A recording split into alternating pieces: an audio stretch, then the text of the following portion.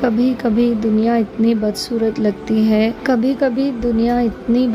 لگتی ہے کہ انسان اس کو دیکھنے کے بجائے اندھا ہو کر جینا چاہتا ہے۔ بوجھ بے معنی سوالوں کے اٹھا رکھے ہیں ہم نے، 100 فکر دل و جاں کو لگا رکھے ہیں۔ لوگ مجھ سے بھی کہہ دیتے ہیں اکثر دعا کے لیے، دیکھو کس قدر خدا نے میرے عیب چھپا رکھے ہیں۔ کسی جھوٹے انسان نے کبھی کسی سچے انسان کی خواہش نہیں کی۔ دریا کو سمندر بننے کی لگن ہے اور سمندر کو دریا بننے کی خواہش بے چین کر رہی ہے۔ ہم جس چیز کے انتظار میں ہیں وہی چیز ہمارا انجام ہے۔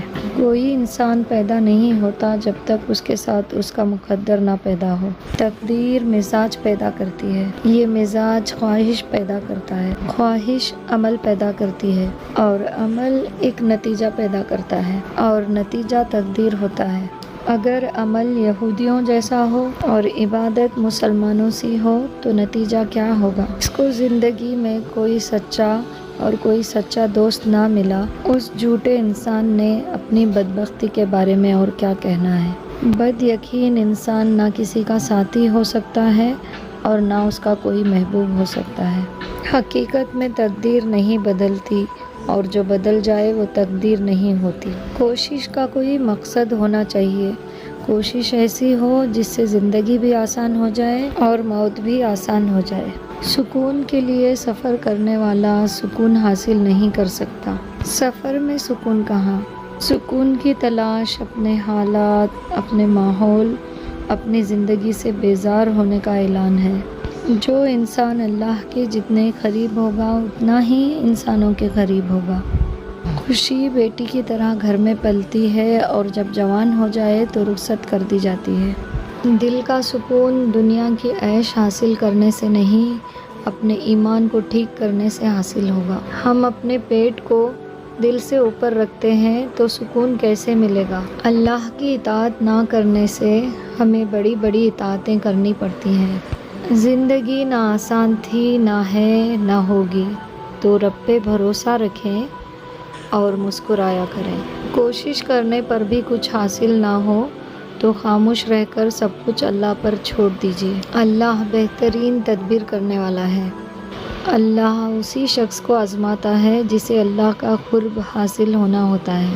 پھر ہمیں یہ معلوم ہونا لازمی ہے کہ جو ہو رہا ہے اللہ ہی کی اجازت سے ہو رہا ہے۔ کسی نے سچ کہا ہے، مجبوری انسان کے اصول توڑ دیتی ہے۔ اپنے الفاظ کا غلام ہونے سے بہتر ہے اپنی خاموشی کے حکمران بن جائیں۔ بیکار نہیں جاتی دل پہ جو گزرتی ہے، انسان بکھرتا ہے زندگی سنورتی ہے۔ حضرت علی رضی اللہ تعالیٰ عنہ فرماتے ہیں، جب دل تھک جائے تو جان لو آسمان سے کوئی نہ کوئی تمہاری مدد کے لیے اب رحمت کا دروازہ کھلنے لگا ہے۔ اگرچہ وقت مرہم ہے مگر کچھ وقت لگتا ہے۔ کہیں پہ ٹھہرے ہوئے وقت کے گھیراؤ میں ہوں، ادھورے خوابوں کے خستہ کاغذ سنبھال رکھنا حساب ہوگا۔ خزاں کی رت میں گلاب لہجے بنا کے رکھنا کمال یہ ہے۔ کیسا ہے یہ سفر زندگی، زندہ ہے مگر زندگی نہیں، اور ایک دن سب جیت کر بھی موت سے ہار جانا ہے۔ کھلی کتاب کے صفحے الٹتے رہتے ہیں، ہوا چلے نہ چلے دن بدلتے رہتے ہیں۔ سوچیں انسان کو بیمار کرنے لگتی ہے اور پھر کبھی کبھی پرانی یادیں تازہ ہونے پر دم گھٹنے لگتا ہے، اور ہم ذلیل بھی اپنے ہی چناؤ سے ہوتے ہیں، ان چیزوں سے جو ہم نے خود چنی ہوتی ہیں۔ جو اتر جائے دل سے پھر کیا ہیرا کیا خاک، اندرونی غم باہر کی جوانی کو کھا جاتے ہیں۔ شیطان آپ کو چھوٹے چھوٹے مسئلوں کو بڑا کر کے دکھاتا ہے تاکہ آپ ان مسئلوں کو بڑا سمجھ کر انہی میں لگے رہیں، تاکہ آپ کا ٹائم وقت ویسٹ ہو جائے اور آپ آخرت کے بڑے عذاب سے غافل ہو جائیں۔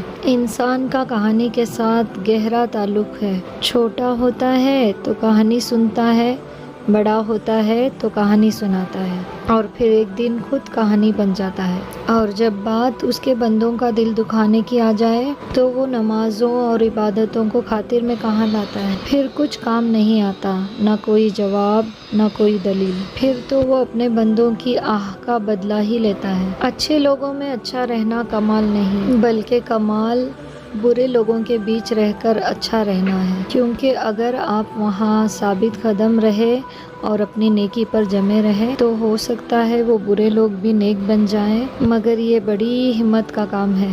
جوتے اور لوگ اگر آپ کو تکلیف دیتے ہیں تو سمجھ جائیے وہ آپ کے ناپ کے نہیں ہیں، وہ کسی اور کے لیے بنے ہیں۔ تم پانی جیسے بنو جو اپنا راستہ خود بنا لیتا ہے، پتھر جیسے مت بنو جو دوسروں کا راستہ بھی روک لیتا ہے۔ ہر تکلیف نہیں ہوتی، کچھ تکلیفیں ایسی ہوتی ہیں جو ہمیں صبر کرنے والا صابر بنا دیتی ہیں، اور صبر کرنے والے اللہ کے بہت پسندیدہ ہیں۔ جس دن لوگوں کو یہ بات سمجھ آ گئی کہ مخلوق سے محبت خالق تک لے جاتی ہے، اس دن روئے زمیں پر امن قائم ہو جائے گا۔